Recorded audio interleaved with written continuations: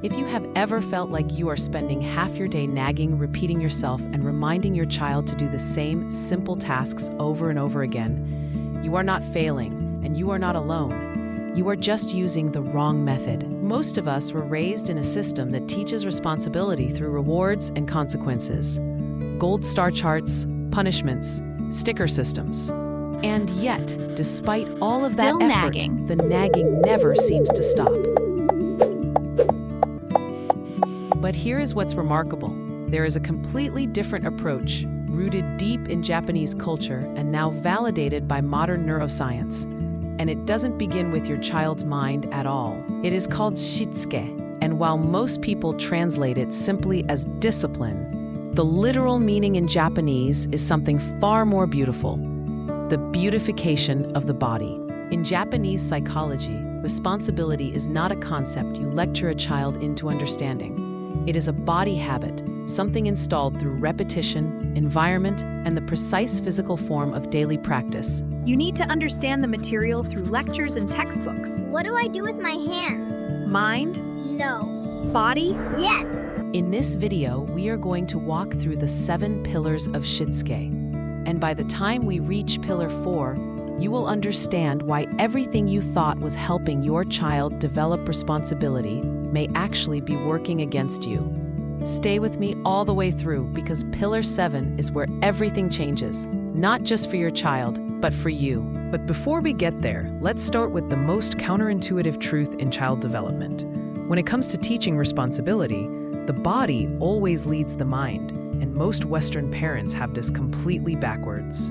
In most Western households, we approach responsibility the same way every single time.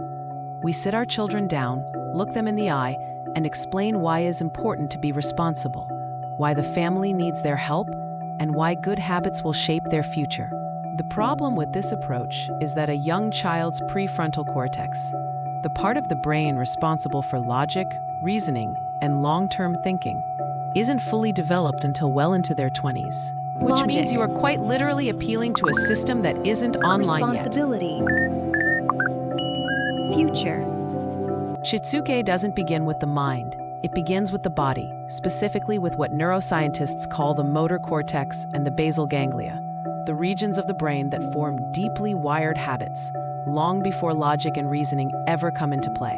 When a child practices the precise physical form of a task, the exact way to fold a cloth, the specific motion of placing a single toy into a bin, they are creating what neuroscientists call a neural anchor, a physical memory that completely bypasses the resistance of the thinking brain. Instead of saying, "clean your room," Shitsuke teaches parents to demonstrate the beautiful form of one small specific movement.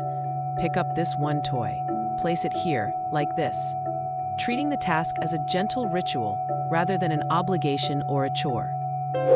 Clean your room! Let's pick up this one together.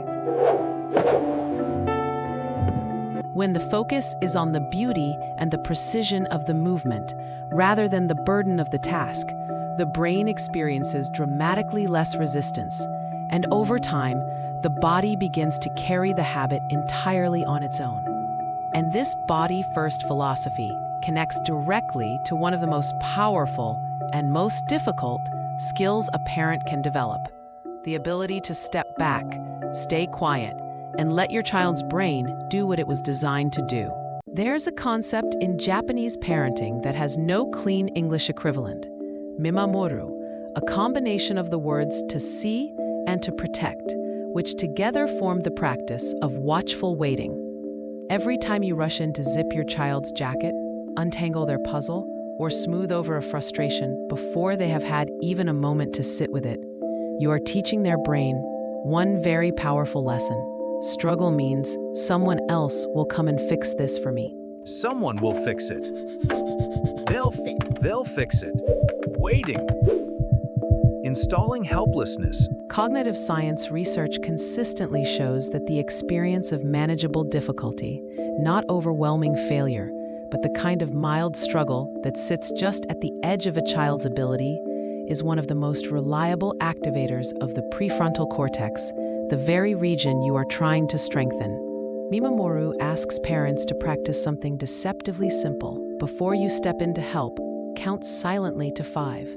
Keep your body calm and your expression steady, and just watch your child's brain work through the problem on its own. During those 5 seconds, your child is actively building neural pathways between their visual perception and their motor control. The biological foundation, not just of problem solving, but of self-initiated action and genuine confidence. Your presence provides the safety net, your silence provides the growth, and over time, your child's nervous system stops associating discomfort with rescue and begins instead to associate it with something far more powerful, their own capability. This is one of the greatest gifts a parent can offer, and it costs absolutely nothing except the restraint to pause for 5 seconds. Have you ever noticed how you automatically lower your voice when you step into a library? Or how the energy in your body shifts the moment you walk into a place of worship? Your behavior is constantly being shaped by the physical space around you, and your child's brain is even more sensitive to these environmental signals than yours. In traditional Japanese homes, there is a feature called the genkan, a recessed entryway, a literal step down from the rest of the house, where shoes are removed and neatly aligned before a person enters the living space. The genkan is not primarily about cleanliness. It functions as a transition ritual, a physical signal to the brain that says the outside world is complete and something different, something more intentional has now begun. Neuroscience calls this environmental cueing, when a specific behavior becomes anchored to a specific physical location. The environment itself becomes the reminder, and the child no longer needs to rely on willpower, memory, or a parent's voice to act responsibly. If this is helping you see your home differently, subscribe and hit the bell so you never miss our videos. Your home starting tonight.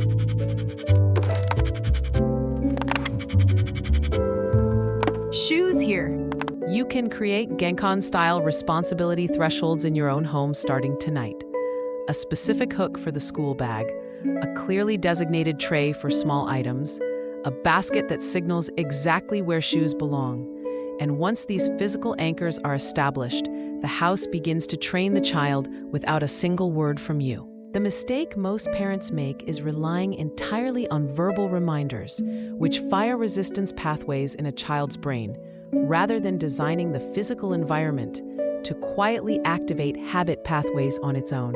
Once you understand how powerfully the environment shapes behavior, you're ready for Pillar 4, one of the most overlooked dimensions of Shitsuke, and the one that separates truly responsible children from children who are simply obedient.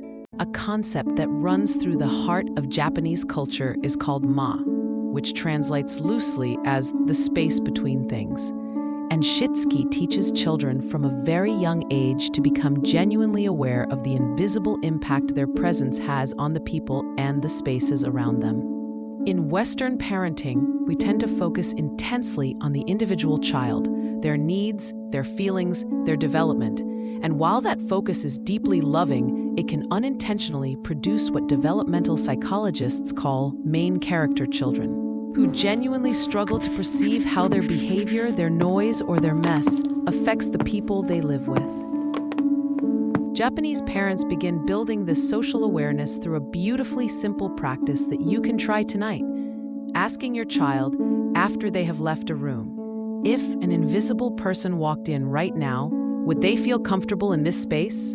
That single question performs something remarkable inside a child's brain. It shifts their thinking from internal perception, what do I want right now, all the way to external consciousness. How does this space feel to someone other than me?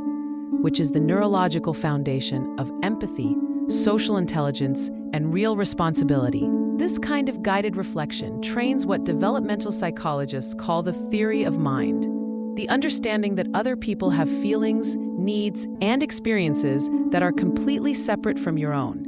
And it begins building that awareness at the exact stage of childhood when the brain is most open to receiving it. This kind of guided reflection trains what developmental psychologists call the theory of mind, the understanding that other people have feelings, needs, and experiences that are completely separate from your own. And it begins building that awareness at the exact stage of childhood when the brain is most open to receiving it. And once your child can begin to sense that space, the next pillar teaches their brain one of the most satisfying feelings available to a developing mind: the deep, quiet reward of completing what they started.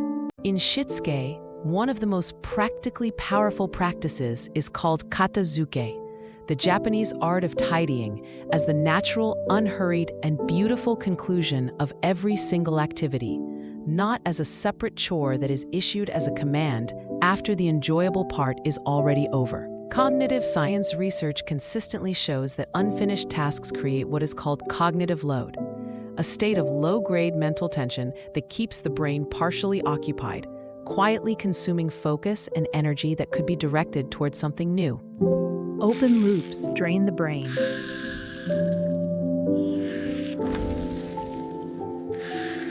When you teach your child to experience putting away the blocks as the final, graceful movement of the game, not a separate task, but the natural ending of the same experience, their brain begins to feel the act of completion as part of the reward itself, not as the price paid after the fun is over. Instead of "now go and clean up your toys," Japanese parents use language like, "We played with the blocks, and now we are putting them to sleep," framing the whole experience as one continuous movement, one single loop that opens and closes, one body habit that builds itself through repetition. The sixth pillar is called omoyari, proactive intuitive empathy, the deeply cultivated habit of anticipating what another person needs before they have even asked for it, and it represents perhaps the most sophisticated and enduring form of responsibility a child can develop. You can begin planting the seeds of omoyari through something I call the secret helper mission, giving your child a playful daily assignment to do something kind or genuinely helpful for a sibling or a parent without being caught, which rewires their awareness away from avoiding punishment and towards something much more meaningful: the quiet pleasure of proactive contribution. When a child learns that being helpful feels good, that noticing what others need is a form of power, not a burden, they begin to move through the world with a kind of social intelligence that no chore chart or reward system could ever produce. These 6 pillars are extraordinary on their own, but the 7th is where Shitsuke becomes something that transforms not just your child, but the entire atmosphere of your home, beginning with you. The 7th and final pillar of Shitsuke is an identity shift. In the West, we tend to attach responsibility to a child's character. Be a good boy, be a responsible girl. And the invisible problem with that approach is that every time a child falls short of that label, something in them feels broken. Something feels wrong about who they fundamentally are. Oh no! I forgot! Labels break. Shitsuke focuses instead on the beautiful form, the graceful, precise, and intentional way of moving through physical space, completing what you begin, and engaging with the people around you. And when children are guided toward a beautiful way of moving, rather than judged against a character they are expected to already possess, responsibility becomes a skill they are actively building, not. Here is perhaps the most important truth in all of Shitsuke. Your child's brain is a mirror. It learns not primarily from what you tell it, but from what it watches your body do, day after day, in the ordinary moments you probably never thought were being observed. If you move through your home with scattered energy, unfinished tasks left behind you, and a sense of perpetual hurry, your child's mirror neurons will absorb and replicate that pattern with a precision that will astonish and humble you. Precision copying. No instruction needed. But when you begin practicing your own version of Shitsuke, placing things where they belong with intention, finishing what you start, pausing to notice the space you have just moved through, you become the most powerful teacher your child will ever encounter without speaking a single word. Responsibility is not something you do to a child. It is a way of being that you invite them into. And that invitation goes out every single time your body moves through your home with the quiet grace and awareness of someone who has decided that how you do the small things is exactly how you do everything. Begin tonight, choose one pillar, practice it with your child, and leave a comment below telling us which one you chose, because your family's experience might be exactly what another parent needs to hear. Subscribe so you don't miss what is coming next. I will see you there.